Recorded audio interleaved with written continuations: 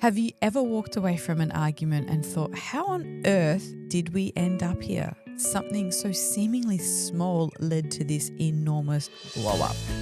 And it might even have you doubting the entire relationship, wondering, are we even compatible?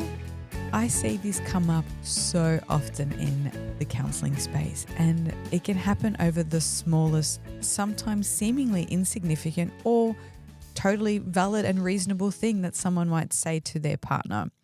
Let's say your partner walks in from work and you're unloading or loading the dishwasher, and they make the comment, why would you stack the plates like that? They're not going to get cleaned. Maybe you respond with an eye roll or a sigh, and then all of a sudden it's no longer about the dishes. It could be a throwback comment. Well, if you were here on time like you were supposed to, you could have stacked the dishes how you like. It's like, well, fine, blame me for having to work. Don't worry that I'm out there slaving away and all you had to do was do the dishes. Sorry to be so needy and ask for something that's so unreasonable. It's like, oh, so unreasonable. Hey, well, how about when I did the laundry and ironed your shirt, took the dog out or took the dog to the vet, and all of a sudden it is attack, and a huge blow up. And now it's not about the dishes. And this is where it gets really interesting, because often when people are talking about a fight or retelling it to their friends, they leave out how they fought and they only talk about what. Because, yeah, if you're telling your friend, is it unreasonable for me to expect my partner to stack the dishwasher when I did all the cooking? They'll probably say, no, it's not unreasonable. It's a very reasonable request. And the other person might say, like, well, if I was held up at work and I'm working hard because I have some expenses to pay for and I didn't have time, but I would have done it, is it unreasonable for me to expect that they could do it for me just this once? Their friends might say, yeah, it's not unreasonable either. And then we start fighting about the content. And the thing is, it's almost never about the content. It's never about the dishes or the spreadsheet or the mechanic or the dog or the laundry. It's often about how we fight, the words that are said, and what happens to the other person in those interactions, what happens to each other, the dynamic that gets created. And this is what I want to talk about today. So, folks, today we're going to talk about the complex, messy, and sometimes a little bit confusing side of arguments in relationships. There are 4 behaviors that come up over and over and over again in the work that I do with couples. And they are described as the 4 Horsemen, sometimes the 4 Horsemen of the Apocalypse. It's a term that is used in Gottman couples therapy. And I want to talk to them in a little bit more detail in just a moment. Firstly, I want to start with this idea that conflict is somehow bad. It's actually not. Conflict is normal, it's healthy, and we need it. If you were having no conflict, I would actually be worried that you're not saying what you think, what you want, what you need, or having any requests. Maybe you're too scared to upset your partner.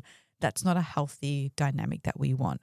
But conflict is really important for building trust. Healthy conflict. What you say and how you say it matters a lot. There are 3 main types of conflict styles identified by the Gottmans. Now, there are lots of different reasons that couples fight and people fight, and conflict tolerance and how people, their attachment styles. A lot of this can come into it. But the 3 I want to talk about just briefly, I'll do another whole episode on those another time, is volatile. So volatile couples, they argue passionately but repair quickly. There's validating couples, and they focus on calm and balanced discussions. And then there's conflict avoidant couples who steer away from conflict and confrontation and focus on shared values. All 3 styles can be healthy if they include mutual respect and emotional safety. If there is a mismatch between the 2 people, if one person is a conflict avoidant person and the other is a volatile, that's going to create a lot of difficulty. It's not impossible to work through, but it's going to make some things really hard in a relationship. Problems start when these styles are replaced by defensiveness, blame, and emotional shutdown. Many couples assume that fighting about the dishes or money or chores means something's wrong, but the topic is really the issue. I've seen couples fight about spreadsheets, a bag of chips, dropping off the car to the mechanic, dog food. I mean, the things that seem completely random and small, but it's not about the actual thing. It's not about the dog food or taking to the car to the mechanic or the bag of chips. It is usually something much deeper. How couples handle emotional tension really, really matters. So this is where the Four Horsemen come in. When these four behaviors show up repeatedly in relationships, people can feel like they're really struggling. Recognizing them is the first step. Now, when I first heard about these Four Horsemen, I was doing my level 1 training, and prior to that, I would have been on the side of the content matters. I would have been arguing tooth and nail for my point of view, being like, well, what I'm saying is not unreasonable. This is a very fair thing. You should have done X, Y, Z. And I would have been asking friends about it. I would have been reading magazines, the Dear Therapist kind of columns, and being like, see, what I'm saying, it makes sense. There is no other way you could possibly be looking at that. You must be ... fill in the blank. And this training helped me understand that fighting is normal. It's healthy even. How you do it really matters. And there are ways in which you can talk about what's bothering you or talk about things that are difficult that are more likely to give you the outcome that you want, which is often to feel heard, understood, validated, appreciated, connected, all of these things. One of the books that highlight this really well is The 7 Principles to Making Marriage Work and the book Fight Right. So either of those two books are a really good starting point if you want to learn a little bit more. And I'll do a book review on those as well. So keep your eyes and ears peeled. They'll be floating around somewhere. Now, these are not general communication issues. They are patterns that either predict couples being pulled apart, staying together, depending on how they're handled. And now I use this analogy or this tool, this resource, whatever you want to call it, in my work daily with couples. The first one I want to talk about is criticism. This is when you attack your partner's character rather than speak to a specific behavior. This one is a very interesting one because I see it come up so often. Even when someone is trying to tell their partner that they feel criticized, they usually do that in a critical way. It's very interesting. I want to talk a little bit about what it looks like so you can kind of start to see, oh, maybe I'm doing this.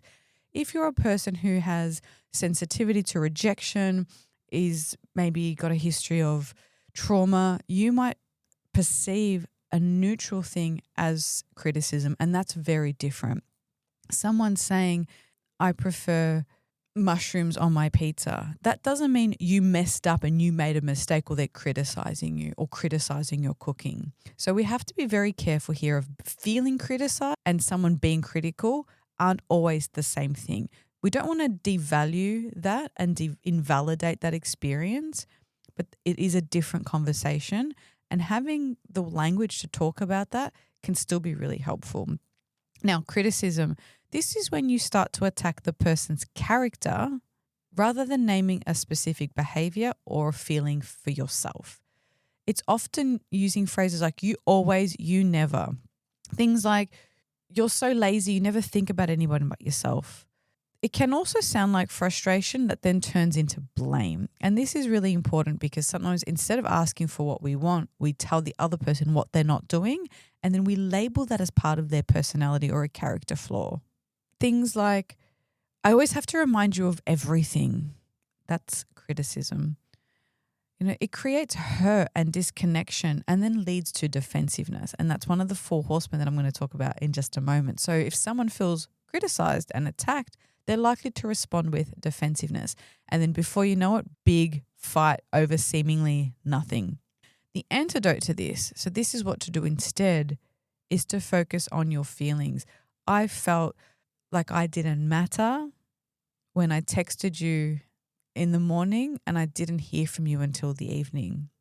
I would like you to check your phone or message me back. Okay? That's very different to saying you don't care about me and you never replied to my text messages, because then the other person's going to say, well, of course I reply, or I was busy, or what do you want from me? And it starts as a fight. Very different to say I feel when and I need. That need might not be possible, but at least you're starting the conversation in a gentler way that allows for some dialogue. Defensiveness.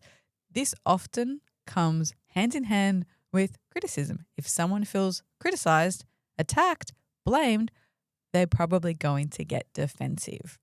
This happens in a way often to protect yourself. And it can look like denial, excuses, or turning back the blame. So if you're being told you never think of other people, you're so selfish, you might say, well, you're so selfish because last time you did this, or do you remember that thing 3 years ago that you did that really pissed off this person? So they might flip it back, or they might say, well, nothing I do is good enough for you then, is it? And start to throw back defensiveness with more criticism, and back and forth you go. And it becomes a whole big thing. It blocks real connection and it stops people from listening. Once you're in that mode, it's hard to really pay attention to what's being said and to move the conversation into a more healthy structure or have a healthier conversation. The antidote to this is to take responsibility, even for a small part. And this is where couples work and relationship work and communication is so nuanced, because yes, we want someone to deliver their wants and needs in a non-critical way. And we're human, we get it wrong, I get it wrong. So when you're in a defensive mode, we're also hoping and trying to get you to read between the lines and maybe notice, oh, there's a meaning under this for them. And maybe I can take some responsibility. You're right. Hours went by without me replying to your text message. That must have really sucked for you. And then you have a very different conversation. So the antidote to defensiveness is taking accountability and responsibility even for a small part. Even if that small part was not within your control. Even if you were running late because there was an accident on the freeway that was totally unpredictable and you did leave work early, but there was all of these things out of your control. Saying you're right, I'm late, I know this meant a lot to you, is still taking responsibility for some part of that. So it's really important here. That's how we move through defensiveness and into a more productive conversation, taking accountability and responsibility for a small part of that or a part of that. Contempt. Now, this is maybe the most damaging of the four. It shows up as sarcasm, mockery, eye-rolling, name-calling, and it can be really subtle. It might even seem like it's passive-aggressive, but it can be really subtle sometimes. It sends a message of superiority, and this is stuff like, oh, please, you always play the victim, or things like, I guess I'll just do it myself then. This builds resentment and emotional disconnection, and it erodes a relationship very quickly. The antidote to that is creating a culture of appreciation. So it's not using language like you always, you never, which is that critical thing, and not coming from a place of superiority. Oh, please, you're the victim. It's avoiding and not doing those, and creating a culture in the relationship of appreciation. I appreciate how hard you try. Thank you for doing that. It doesn't mean someone just gets a pat on the back for doing the stuff that they're supposed to do. Yeah, we have chores, we have responsibilities, we know that. And it doesn't hurt. In fact, it actually helps us feel good for that to be acknowledged and appreciated. Thanks for making dinner. I know you were tired and I appreciated it. Even if it was their turn, even if you agreed, it doesn't hurt to say thank you. That was really delicious. I appreciate the effort you made. Small positive moments can help rebuild connection and help rebuild the trust that can easily get eroded when we have a lot of contempt. And the last of the four is stonewalling. Now, stonewalling is not the same as taking a break. Some people, when they get overwhelmed, flooded, distressed, they need to take a moment to calm down and regulate themselves. Stonewalling happens when someone shuts down or emotionally checks out. Now, this can happen when they're flooded, overwhelmed, distressed, overstimulated. And it looks like silence, going blank, or maybe leaving the room. Now, to the other person, that can feel like a huge rejection. It can feel like it's dismissing their needs, it's invalidating, or like they're walking away from an argument or something that is really important. And so we want to slow this down and help the person regulate. So the antidote to this is to take a break and to self-soothe. Now, as a couple, finding a way to say, I need a break, and saying when you're going to come back to the conversation. Because if you just say, I'm going to take a break, and then you sweep it under the rug and 3 months go by and that conversation and many others since have not been readdressed, that's not going to do a lot for building trust in the relationship. So being able to say, I'm going to go for a walk, we'll talk about it in half an hour, not in an angry way, not I'm going for a walk because I can't bear the sight of you. We're just adding more fuel to that fire. What you say is really important, and how you say it is just as important. Tone matters.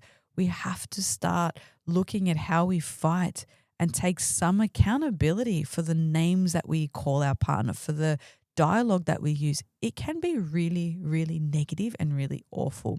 And learning how to get your needs met in a positive way, how to feel heard, validated, and understood by setting up the conversation in a way that's going to create conditions to support that.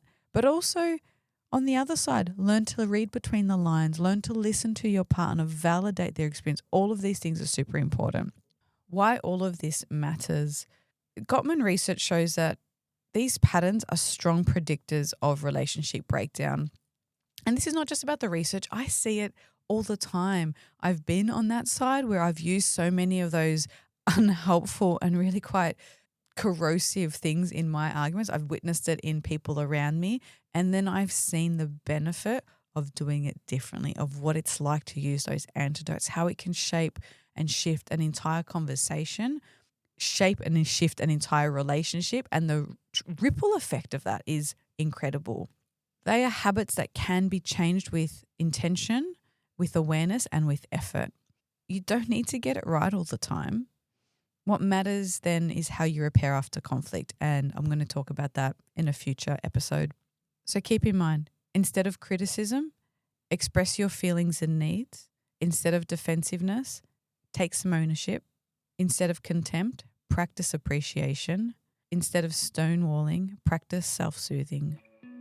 The way you handle conflict can shape the quality of your relationship.